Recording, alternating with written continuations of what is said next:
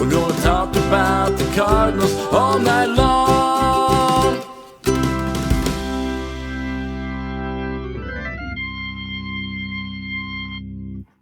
Good evening. Welcome into the last of our divisional previews here at Musial. I'm your host, Daniel Shoptaw at C70. Joining me today is Connor Williams. You'll find him over at Bucks Dugout and at Twitter as wins_Williams. Connor, thanks for joining me tonight. Yeah, man. Happy to be here. And before we get into the Pirates and everything that's going on over the last few months or whatever, talk about you and how long you've been writing and how long you've been following this team. So I've been following this team basically my entire life, born into it. But I've only really been writing since around last year. I got to do an interview with Connor Joe about his cancer battle. That was enlightening, which you can subtle plug to check that one out because it's a very good story. And since about June of last year, I've been with Bucks Dugout. It is, all of us that are with different teams, I think we look at other fan bases and we wonder about things that go on. And we sometimes wonder, how do Pirate fans handle this? The history that goes on with that.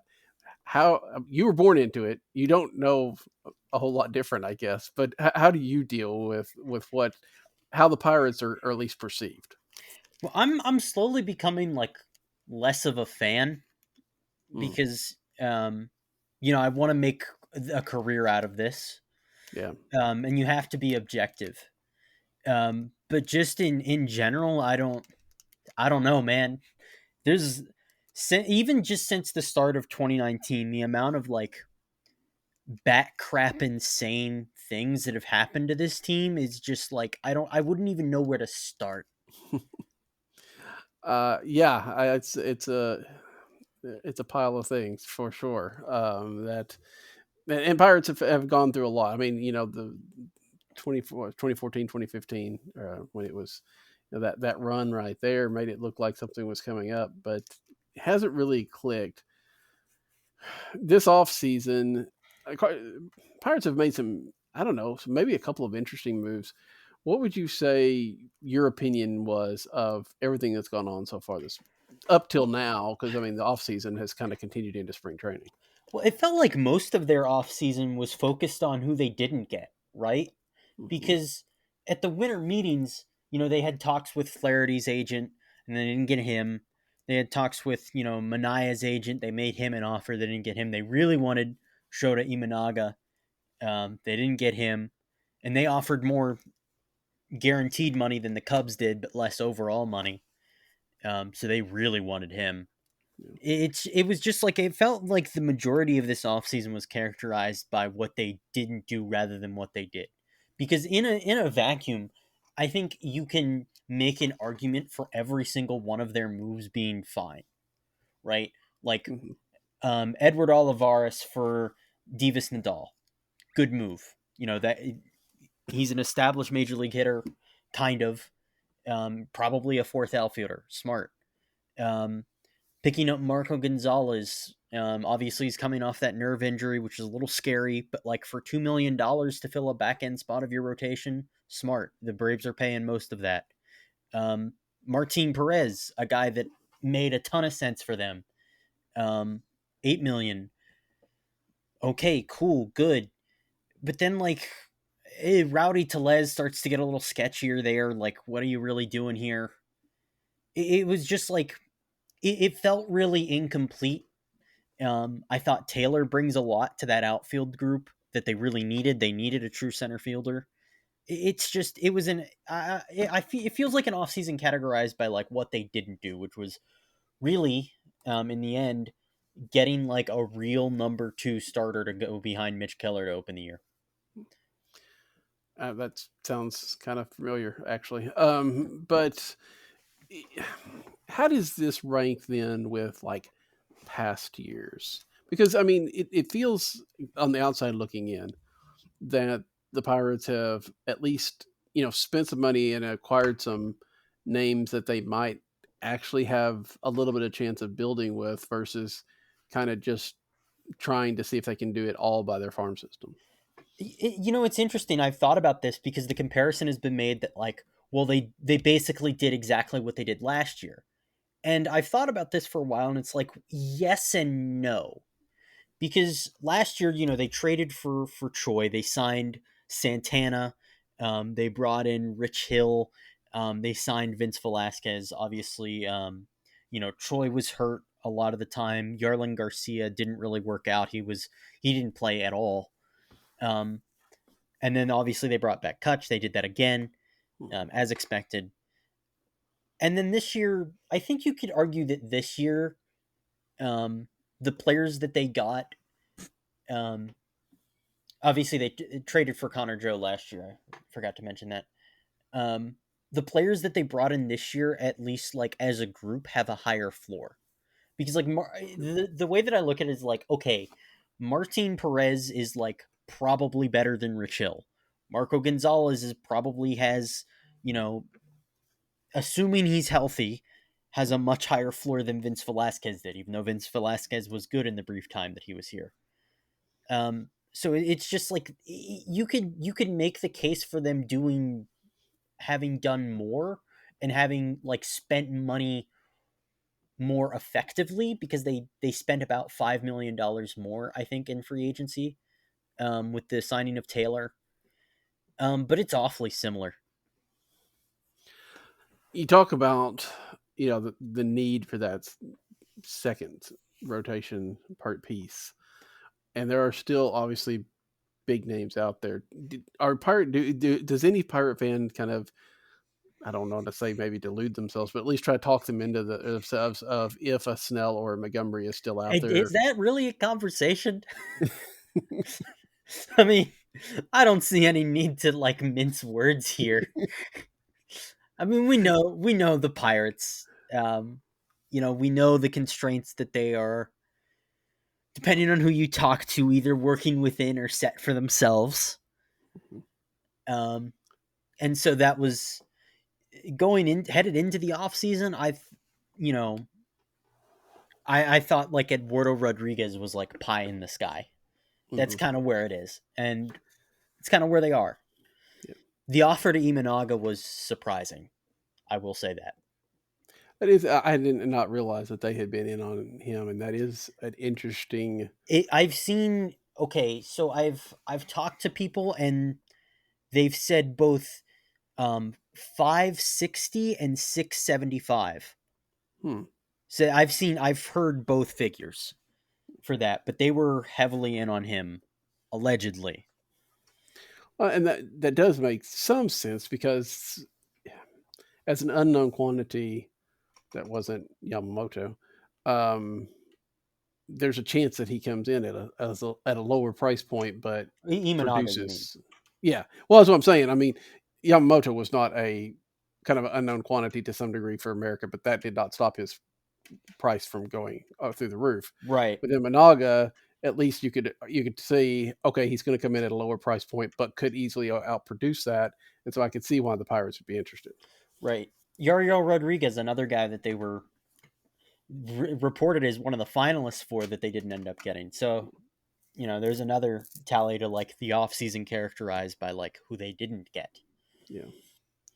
But, again, they're in on these guys, which is a little bit of an interesting twist. And in this division, and we'll get to really what this division looks like, it doesn't necessarily feel like the Pirates are just that far away from, really kind of, making a splash of some sort with the division that's as weak as it is. Yeah, I mean, the great hope for the offense in 2024 is that Hayes can sustain his success that he had down the stretch. Mm-hmm. That would be huge. He started pulling the ball more. He started pulling the ball in the air more, and he was great. He was really, really good. And a healthy O'Neal Cruz. Mm-hmm. I mean, we've seen what he's done in spring. We know what he can do on the field. It's just like, can he stay healthy this year? And can he mitigate the swing and miss that we saw in his rookie year enough? Because we didn't really see his second year. Because if he gets that strikeout rate under 30%, he's impact. Yeah, yeah, that would be. And I mean, yeah, it's just the Pirates have such an interesting collection of people, and more on the way. I mean, so who has stood out in camp that maybe you weren't expecting to stand out? Um, it's honest. Well, it's just like the usual suspects, right? Where it's like, Hmm. okay, O'Neill Cruz, Brian Hayes, Reynolds never does good in spring training. Um, and it's just like trying. I feel like there's a real danger in extrapolating spring stats because Sure. usually the only things that actually continue over into the regular season are the things that the players have like direct control over, like how hard they hit the ball, launch angle, that sort of thing. Mhm. Stuff like batting average or like, walks don't usually line up exactly.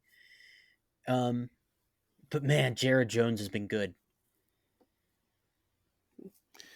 It's you're right. I mean, you can't take those numbers and it's funny how often when the club will make we talk about the 26th man coming down to whoever has the best spring, but that's a handful of at bats. So it is hard to It's draw any really conclusions. the way that I look at it a lot of the times is whose numbers are less fake. Because that's really what it is. That's really what you're trying to figure out. Yeah, yeah, and that's And the an better way to interesting put thing. it isn't whose are more real, it's whose are less fake. Like, yeah. Um, I got away from it a little bit when we got to started toward the camp, but one of the bigger moves for the Pirates this offseason was to sign Mitch Keller to that 5-year extension, which is how comforting is that to know that not only is he around, but at least for a couple of years you don't have to worry too much about trade talk around Yeah, I think it's at least a little relieving in that sense. It's like it's I know it's not going to annoy me. him. There we go.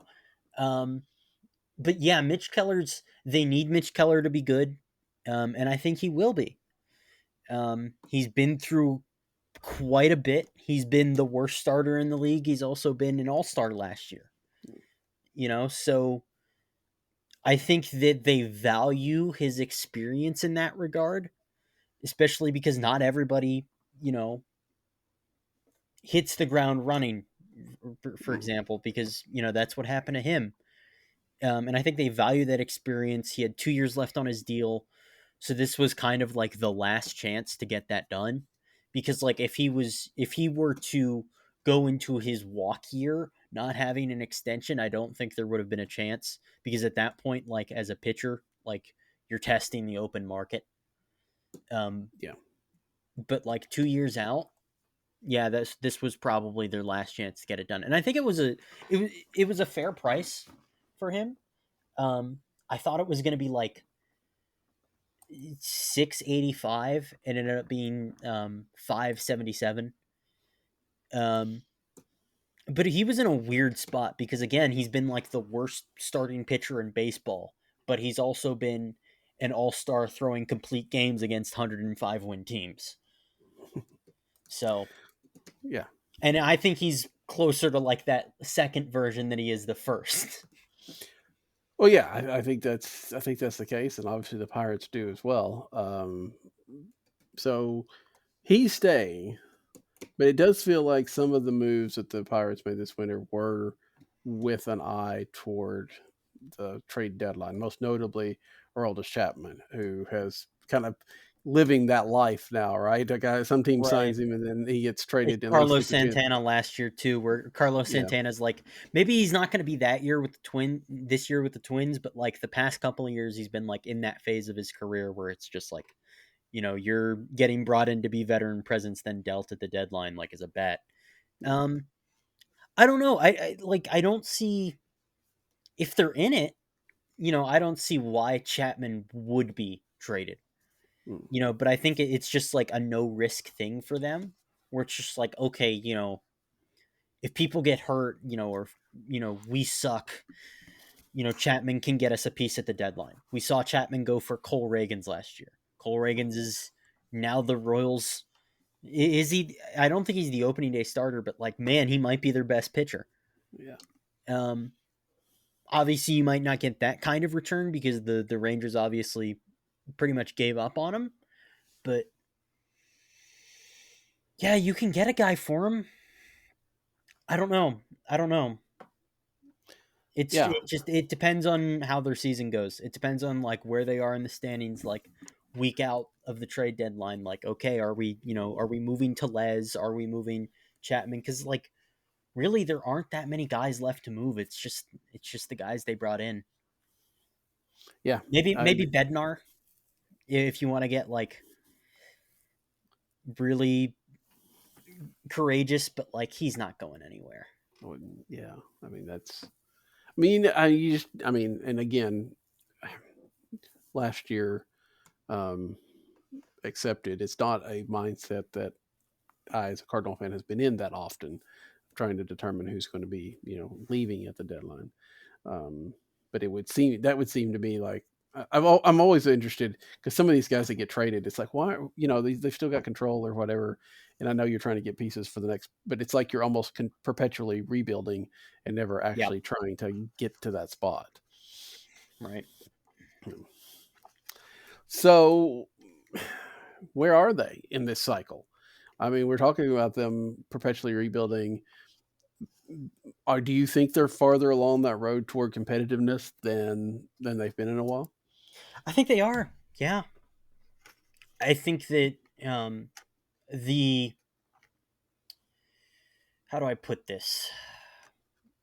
The communication from management has definitely shifted. Where it's, we are going to focus on the major league product. Now, do I agree totally with how they went about that this offseason? Not really. But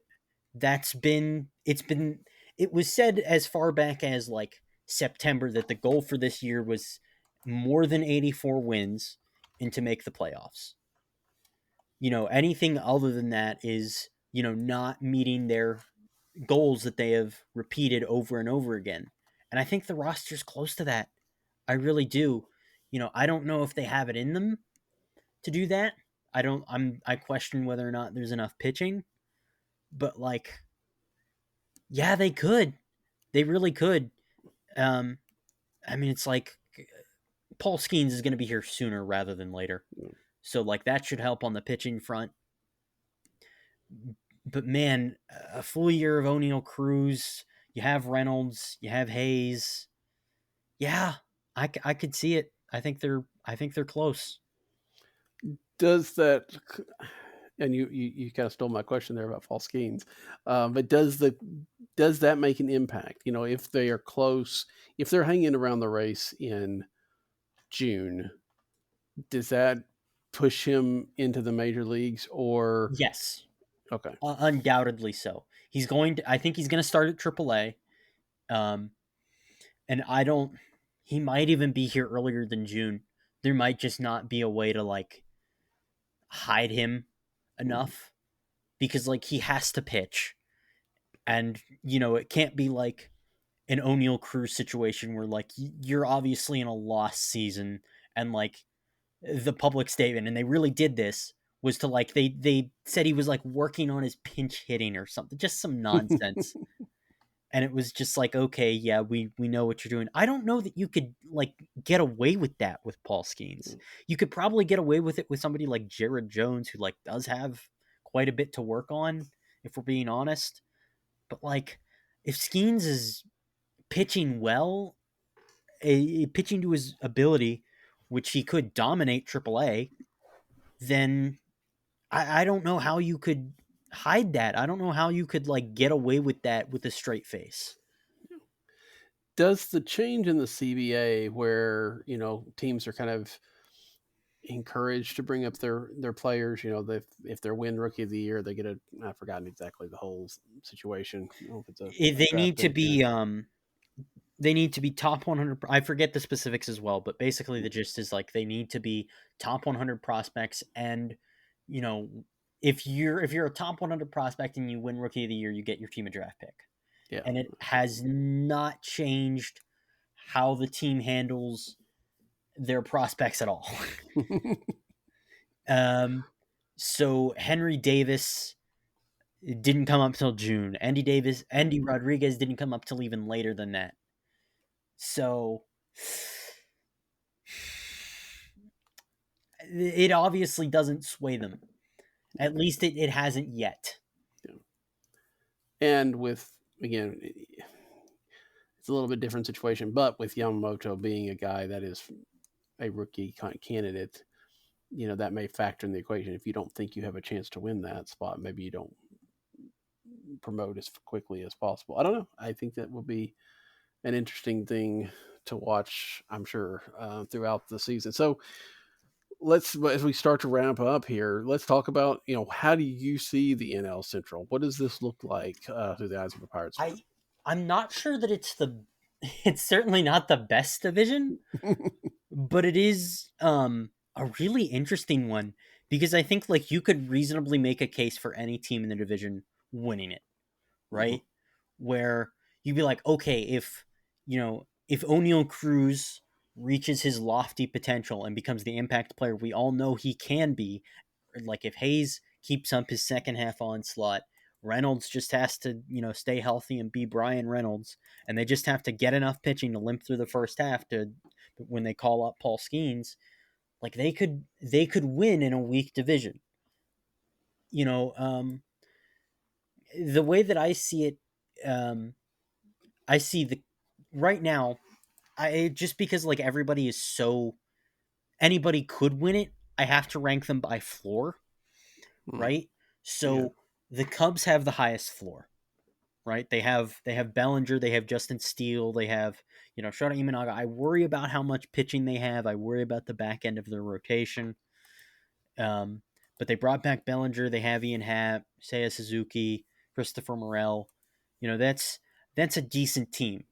That's not a 95 loss roster. I don't think it's a 90 loss roster. So the Reds would probably have the second highest floor. That's a really young team. They have a lot of talent. Obviously, Ellie, Matt McClain, their rotation, Hunter Green. They brought in Frankie Montas. They brought in Jamer Candelario to play first. And then you start to get like teams that, I feel like the rest of the three teams could all like finish last, hypothetically, right? Where the Brewers are, because that retool has felt inevitable for a long time. Like obviously they weren't going to keep Burns; he was gone. And it's really unclear. Like they intend to keep Adames for now, but if they're not in it at the deadline, does that change? I don't know. Do they keep trying to extend him? I know they've tried before. And then like they traded Matt Canha, they traded Burns, they brought in Hoskins, they brought in Gary Sanchez. Can Freddie Peralta like heading a rotation like be enough? Can their pitching lab get enough out of the rest of those guys that they can keep, that they have enough pitching to stay in it? I could see that going either way. The Cardinals, I want your take on this because like this seems like a really weird roster, right? Because you have Jordan Walker, you have Mason Wynn. Those are both really young guys who could be really good. They could be impact. But then you also have, Wilson Contreras, Nolan Arenado, Paul Goldschmidt, who are, obviously very established players. And then you have a rotation full of guys on the wrong side of 33. Like if this, I think it's a lot more interesting to like than to talk about whether it could work for the Cardinals, because obviously when you have that much talent on your roster, it can. It's more interesting to talk about like where the heck does that go if it doesn't?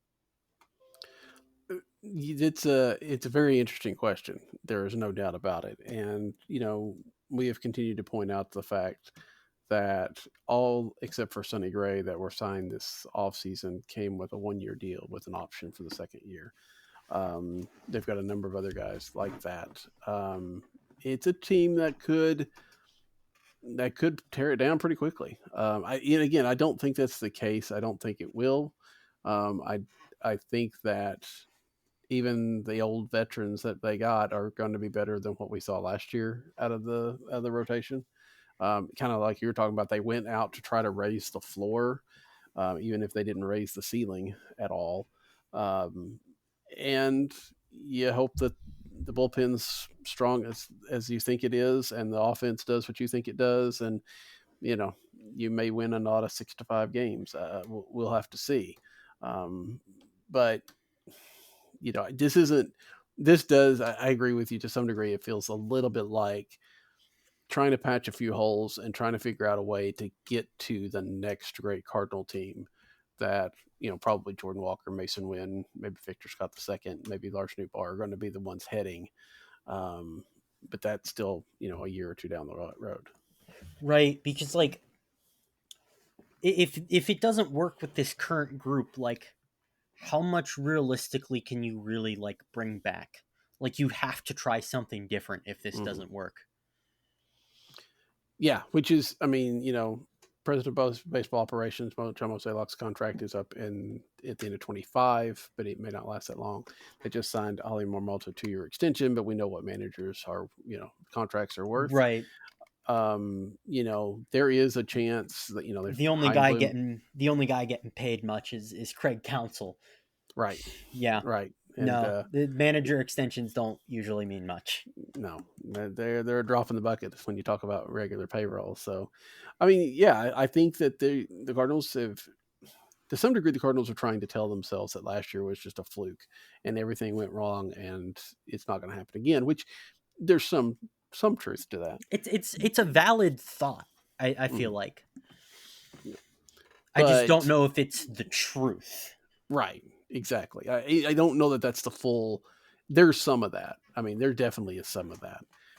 Like every pitcher had in their like the 20th percentile projection. It was bad, but there were some problems that I don't know that they've fixed. And if they have it again for a second year, then yeah, I think that it's a crisis of I don't know of the organization of trying to figure out what they do next. And it's definitely an identity crisis.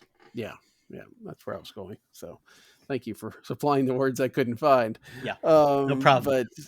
But that is the case. And it's, again, I think that they feel pretty good about what they've done. I don't know that I would have done more. Just like Pittsburgh, they need that second starter behind Sonny Gray, and that the fact that Gray was out a lot of the spring with a hamstring just kind of reiterated that. But I think in some ways it's more of a need because like who do you have coming? Like if like your back end guys just don't work out, who do you have in the system? You don't have like a Paul Skenes, you don't have a Jared Jones who might make the opening day rotation. Like that's what really worries me there. That like somebody gets hurt and it's just like there's not gonna be anybody. Like is Tink Hence close? He'll probably have some time at AAA this year. Again, he pitched at AA. If he was lights out, maybe they would jump him. They did grab a lot of guys in the trade deadline last year, Simmer Burst and Adam Kloffenstein and Takoa Roby most notably. And Roby's probably the one that we would see. That's the other thing. Like, how willing are you to go splurge at the deadline for like a roster that like a lot of it has most of its career behind it? Yeah. Especially because like it would be, it feels like, if you're just okay, adding big at the deadline would be a disservice to like your future plans with Jordan Walker, or be a disservice to your future plans with, Mason Wynn. But at the same time, it's just like, I'm not sure that like, there's not like a big wave of like prospects coming all at once. There's not like a Paul Skenes in the system where it's just like, okay, like we can just sit and do nothing. We're good. I don't know. Yeah. Now the Cardinals will draft 7th in the coming draft, which is the highest that they've drafted in a long time. Yeah. And we'll see what kind of piece that they can put together there and throughout the rest of the draft. So, that may help bring in a little bit of higher end talent. But I think that they're going to have to either decide that they're not going to worry as much about the luxury tax, and they're about 20 million or so short of it that first level right now. They're either going to have to not worry about that as much, going forward if things struggle, or they're going to have to find a way to get some talent in here and be able to develop it. And they've got Gray for this year and 2 more, maybe a third if he picks up this. I think it's his option. That could help, if you do have young talent coming in, to have a guy like that on the roster as well. So if you were going to guess, if you were going to pick, if you're going to prognosticate, where are you picking the Pirates 1 through 5? Where do you think they wind up this year? Because you're right, it's a mix of a division, and you kind of coin flip anybody, but throw your dart. I said 5th in our staff predictions article at Bucks Dugout. I'm gonna go 4th now, and it's weird to change your mind in so short of a time frame, but that's just how this division looks like, The question is, like, who's finishing under them? Like, I don't know. Yeah. Like, I assume like somebody would have to bottom out. I don't know. Yeah, I think you're right. It's so hard. You wonder about Milwaukee, a team that has been built on pitching that doesn't seem to have it as much. I think the Reds have a lot of they could go one way or another, with all the young guys that they have on their staff. And again, I don't want to think that the Cardinals could finish last. I don't think they have another year in them, but the wrong injury here and there, you never know. So, yeah, I mean, you can make a case for probably anybody, but I don't know that you would just, there'd be a consensus pick of somebody's going to follow behind them. Yeah. So like either 4th or 5th. Yeah. Yeah. All right, Connor. Well, it's been fun to talk about the Pirates with you. And anything you want to plug before we wrap it up for the evening?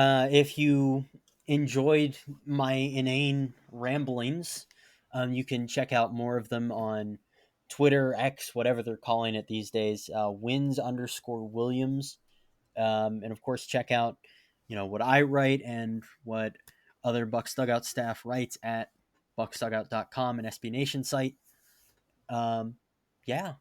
No, I think that does it. All right. Well, look forward to checking out and seeing how the Pirates do this year. And we will be back on Friday night with our regularly scheduled show, and look forward to talking to y'all then. But until then, for Connor, I'm Daniel. Good night. I was just going to ask you, Jason, was this going to be the Ohtani role right here? We're going to see King Albert hit a bomb and then come in and throw a scoreless inning.